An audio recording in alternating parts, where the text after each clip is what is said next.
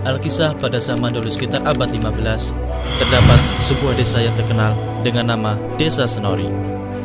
Di desa tersebut hiduplah seorang tokoh sakti bernama Ki Gede Senori. Karena kesaktiannya, Ki Gede Senori mempunyai 3 orang murid yang terkenal akan 3 serangkai yang ditakuti oleh lawan maupun kawan. Mereka ialah Soreng Rana yang menjadi Panggede di Batokan, Soreng Pati menjadi Panggede di Kasiman, dan Soreng Rangkut menjadi Panggede di Sambeng.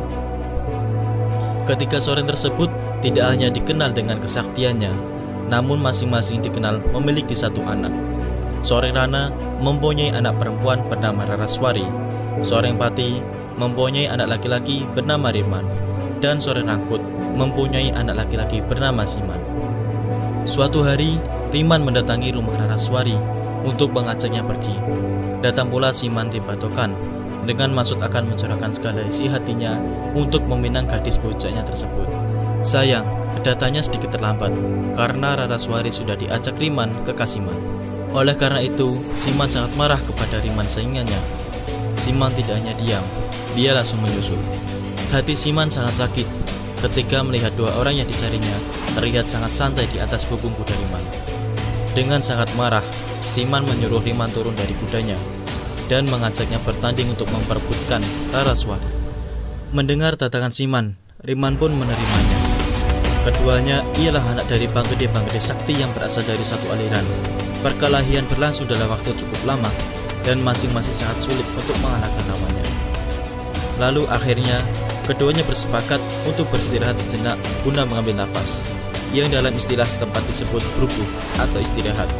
Tempat istirahat tersebut kemudian disebut Brubuhan, yang selanjutnya berkembang menjadi nama Desa Brabuah.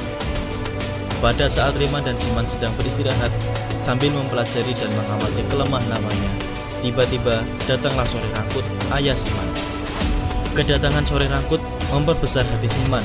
Lalu Siman mengadu kepada ayahnya dengan berkata bohong bahwa Riman telah merebut paksa calon menantunya. Mendengar laporan anaknya, hati Soreng Rangkut menjadi membara. Dia sangat marah kepada Riman. Oleh karena itu, tanpa pikir panjang, Riman langsung dibunuhnya di tempat itu juga, dan jenazahnya dibiarkan begitu saja di tempat tersebut. Pada waktu Soreng Rangkut datang, Raraswari sudah terlebih dahulu melarikan diri. Sepeninggal Riman, Soreng Rangkut dan anaknya bermaksud akan pergi ke Batokan untuk melamar Raraswari. Akan tetapi, di tengah perjalanan, Soreng Rangkut memerintahkan kepada anaknya untuk kembali saja ke rumah. Adapun yang melamar Swari cukup dirinya yang pergi. Pada waktu itu, Soreng Pati ayah Riman sedang dalam perjalanan pulang dari bepergian. Dia melalui tempat seperti yang biasa dilewatinya. Tiba-tiba di tengah perjalanan, ia melihat jenazah Riman, anaknya, tergeletak di tengah jalan yang sepi.